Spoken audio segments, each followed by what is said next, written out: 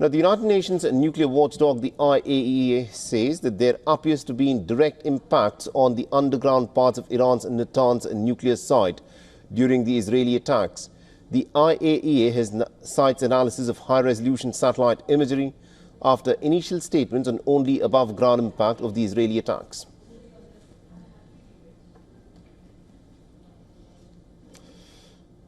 All right, now on the broadcast, we've got Dr. Avner Cohen, who's a professor of non-proliferation and terrorism studies at the Middlebury Institute. He's joining us from California. Dr. Cohen, thank you very much for joining us here on WION. Now, President Donald Trump has a very important decision to make. He's just had his meeting. But give us a sense, in your assessment, what is likely to be the president's decision? Because he's so far had always said that he's the president of peace. He wanted to end the forever wars that America had been embroiled in the Middle East and in other theaters of war. But now he's on the brink of taking the United States into yet another war. Yeah, it's a very, very tough question. It's unclear. My own personal view is that he might choose to issue an ultimatum, possibly 24 or 36 hours for Iran to take certain actions and to agree for essentially surrendering or dismantling or some other verb vis-a-vis the nuclear program. In case of Iranian defiance, it's possible that the United States would go into action. As you noted, a number of nuclear facilities in Iran have been hit, apparently with significant damage. The only one that was still remain outside, essentially, is the most fortified, deeply dug-in facility, relatively small facility in Fordo, which is by the holy city of Qum. So it's only the United States that has the heavy weapons to penetrate, earth penetrating, that could have a damage to this one. Right.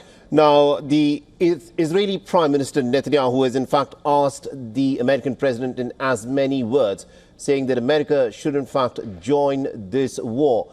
In your assessment, what kind of military assistance is Netanyahu looking for here? Is it enough if the Americans were to carry out an attack on a facility like Fordo and then keep assisting Israel like what they've been doing in the last 5 days?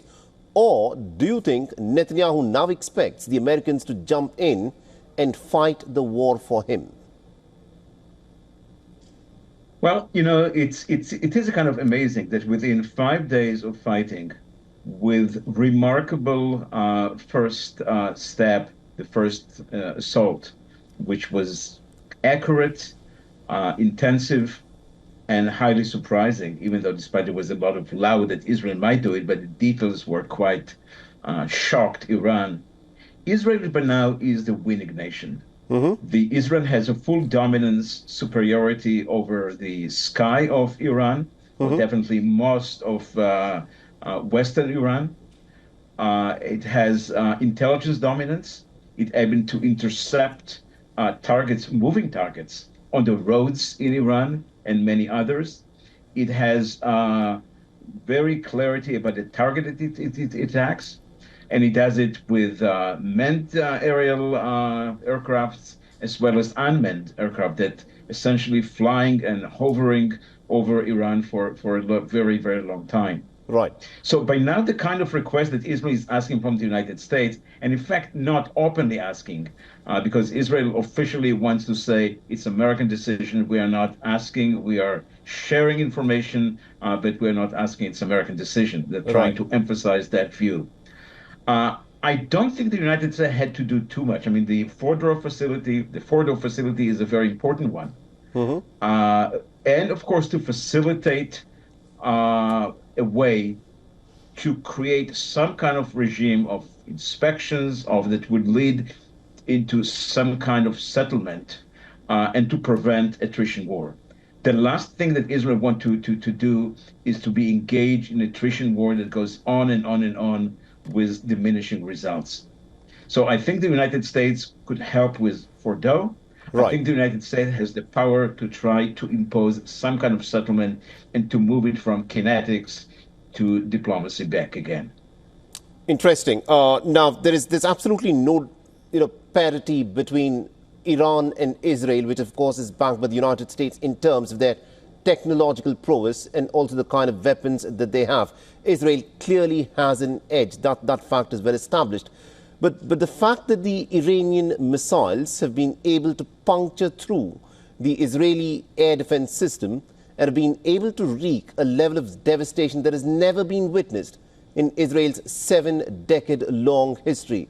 In your assessment, that aura of invincibility that Israel had, do you think that has been dented because of the kind of damage that has been inflicted to cities such as Tel Aviv and Haifa?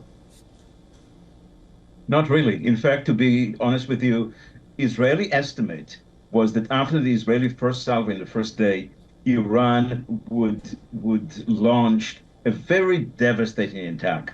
They talked about some scenarios, 800 casualties in the first night. This did not happen. Iran responded not in the next few hours, but after something like 17 or 18 hours.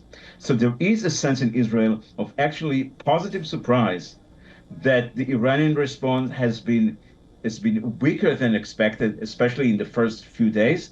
And by now, it's even more and more diminishing. Salvos of the last, for example, the last few hours are about 15 missiles, and they're essentially without any casualties. So yes, when they hit, there is a devastation as we saw it on the screen. But the expectation and the fear was for much worse than that.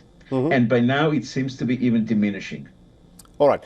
Now, Netanyahu has spoken very openly about bringing about a regime change. Now, Ayatollah Ali Khamenei is 87 years old. There is a clear line of succession. There are names that are doing the rounds of who would replace Ayatollah Ali Khamenei in case he's assassinated.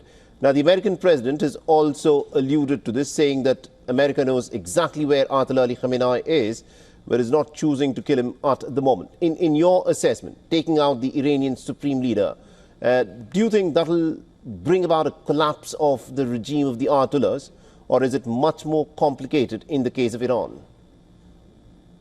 Very difficult to say from the outside, but my gut feeling is that it's much more complicated than that. There is no doubt that the Iranian regime, has been weakened very, very significantly. Even though Netanyahu left ambiguous the possibility of hitting or targeting the Khamenei, I think the United States made it very clear that it would not do it, and it may have asked Israel for now not to do it as well.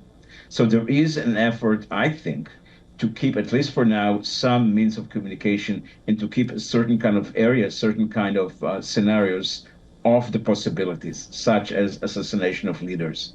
Again, it's a very sensitive issue. The United States made it more clear than Israel, but that's the way I read the situation. And my final question to you, Mr. Cohen, is this. A lot of the Iranian military strategists are saying that this, hot war that has now dragged on for about 5 days has in many ways, they say, changed the rules of engagement. What this has exhibited is that Israel can seize the initiative and carry out a surprise attack as it did when it launched Operation Rising Lion, but the manner in which the ballistic missiles have wreaked havoc in some parts of Tel Aviv and Haifa shows that Israel can also be hit, and this changes the way future conflict in the Middle East will play out. What's your assessment of that? Yeah, it's very interesting because Iran, as a matter of strategic decision, has chosen to have missiles, many of them, with some accuracy over aircraft. As you know, the few aircraft, combat aircraft that Iran has, the F-14 and the F-4 are old. They do not have all parts and so forth. So Iran decided to have missiles. I think Israel has much more accuracy. Israeli Air Force is able to reach Iran, in some cases with refueling, air refueling, in some cases without refueling. Right. And it is able to hit in precision that Iran cannot do with its own missiles. So we do have some lesson already in that competition between the missiles with some accuracy and aircraft with pilot and some without pilots. I think that plane and pilots are doing better than missiles. All right. Interesting assessment. Thank you very much indeed, Dr. Avner Cohen, for joining us with that perspective there. Thank you very much.